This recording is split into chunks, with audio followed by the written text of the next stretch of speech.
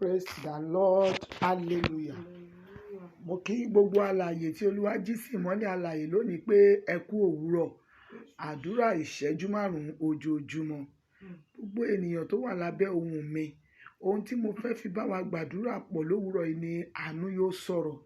Gbọ́ o, bí Olúwa ti ń bẹ tí ẹ̀mí rẹ̀ wà láàyè lórí ayé mi, lórí ayé rẹ̀, àánú máa sọ̀rọ̀ jáde. Nítorí pé nígbà tí àánú bá sọ̀rọ̀, àwọn ènìyàn tó ti fi ọ́ rẹ́rìn tẹ́lẹ̀, wọ́n bẹ̀rẹ̀ sí ní rí ọwọ́ Olúwa nínú ayé rẹ̀. Gbọ́ Bíbélì sọ nínú Psalm 126, ó ní nígbà tí a dá ìkólọ Síónì padà, ó ní àwa dàbí ẹni tí ń lá àlá, ohun àtijọ́ sì ti kọjá lọ. Ẹ gbọ́ gbogbo ènìyàn tó wà lábẹ́ ohùn mi, lórúkọ Jésù, àánú máa sọ̀rọ̀ nínú ayé rẹ̀. Olórin sọ wípé àánú rẹ̀ ló ń sọ̀rọ̀, bàbá agbára mi máa pè rẹ̀. Kí ni àlàkọjá rẹ̀ gan? Kí ló ń tó rò pé Ọlọ́run ò lè ṣe? Gbọ́ Bíbélì wípé èmi ni Ọlọ́run gbogbo ẹran ara. Ó ní ìjẹun kan aṣòro fún mi bí? Mo fẹ́ kó o mọ̀ wípé kò sóhun tó ṣòro fún Ọlọ́run. Nínú ayé rẹ̀, àánú máa sọ̀rọ̀. Ọwọ́ Olúwa máa dìde. Àánú Ọlọ́run máa fọhùn. Àwọn ènìyàn tí wọ́n ti rò ọ́ pin tẹ́lẹ̀, gbọ́ bí Olúwa ti ń bẹ tẹ́mi rẹ̀ wà, àwọn ó tún padà bá ọ gbé gba ọpẹ́. Lórúkọ Jésù, ayọ̀ rẹ máa dé, ògo rẹ máa bú jáde. Gbọ́, àánú máa sọ̀rọ̀ lórí ayé rẹ̀. Ẹ jẹ́ kí a gbàdúrà. Ọlọ́run tó ní gbogbo agbára, àwa tó dé lówùúrọ̀ yìí á gbé orúkọ rẹ ga fún àdúrà ìṣẹ́jú 5 ojoojúmọ́. A sọ wípé o ṣé Ọlọ́run tó ń gbọ́ ohùn wa, gba ọpẹ́ wa. Ọlọ́run tó ní gbogbo agbára, gba ìyìn wa. Ní gbogbo ọ̀nà la fi mú ọpẹ́ wá. Adúpẹ́ sísun, adúpẹ́ jíjí, adúpẹ́ àlàáfíà, adúpẹ́ orí ọ̀fẹ́ rẹ ńlá nú ayé wa. Ọlọ́run onímájẹ̀mú tẹ́wọ́ gba ọpẹ́ wa. Bàbá oníbúwọ rẹ, ọpẹ́ yẹ o, ìyìn tọ́ sí ọ. Torí pé ní gbogbo ọ̀nà ló gbà tó fi ṣe wá lóore. Àwa wà láyé, àwa wà láàyè, a ò dòkú, a ò dẹni àgbékiri. Bẹ́ẹ̀ lógun ayé ò borí wa. Gbogbo ìlàkàkà àti ogun ọ̀tá lórí wa, ìwọ Ọlọ́run sọ di asán.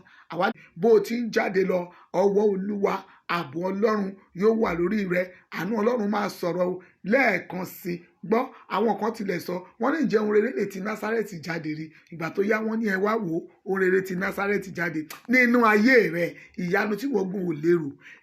Ètà yóò fi bá ọ gbé gba ọpẹ́. Táwọn ènìyàn wù ọ́ títí tí wọ́n ní ṣé Olúwa tún lè ṣe. Ọlọ́run ṣe nínú ayé rẹ̀. Àánú máa sọ̀rọ̀ lórí rẹ̀. Àánú yóò sọ̀rọ̀ lórí àwọn ọmọ rẹ̀. Àánú yóò sọ̀rọ̀ nínú ayé ọkọ rẹ̀. Àánú yóò sọ̀rọ̀ nínú iṣẹ́ rẹ̀. Àánú yóò sọ̀rọ̀ ní gbogbo tó bá dé. Gbọ́ ìwọ tó gbọ́ ohun àdúrà yìí lówùúrọ̀ yìí, o máa rójú rere Ọlọ́run. Ó rí tí ènìyàn ọ̀nà àbáyọ nínú gbogbo àlàkọjá rẹ̀, Olúwa máa là fún ọ.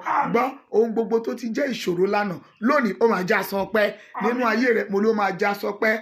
Àdúrà ìṣẹ́jú 5 kò ní lọ lófo. Ìwọ tó ń wojú Olúwa fún iṣẹ́, Olúwa dá ọ lóhùn. Ìwọ tó ń wojú Olúwa fún ọmọ, Ọlọ́run ṣí ilẹ̀kùn inú rẹ̀. Ìwọ àgàn tí ayé ti rò pé kò lè so èso rere mọ́, gbọ́, lórúkọ Jésù Kristi ti Násárẹ́tì, àánú máa sọ̀rọ̀ nínú ayé rẹ̀ tó bẹ́ẹ̀ gẹ́ tí ayé máa bá ọ gbé gba ọpẹ́. Gbogbo ìwọ tó wádìí sẹ̀ sínú, o máa bí nírọ̀wọ́ rẹ̀ sẹ̀. Ọjọ́ ìkúnlẹ̀ rẹ kò ní sí ibi, kò ní sí ìdààmú, kò ní sí ìpọ́njú, kò ní sí wàhálà, kò ní sí ẹkún. Gbogbo ènìyàn ó kí ọ kú oríire.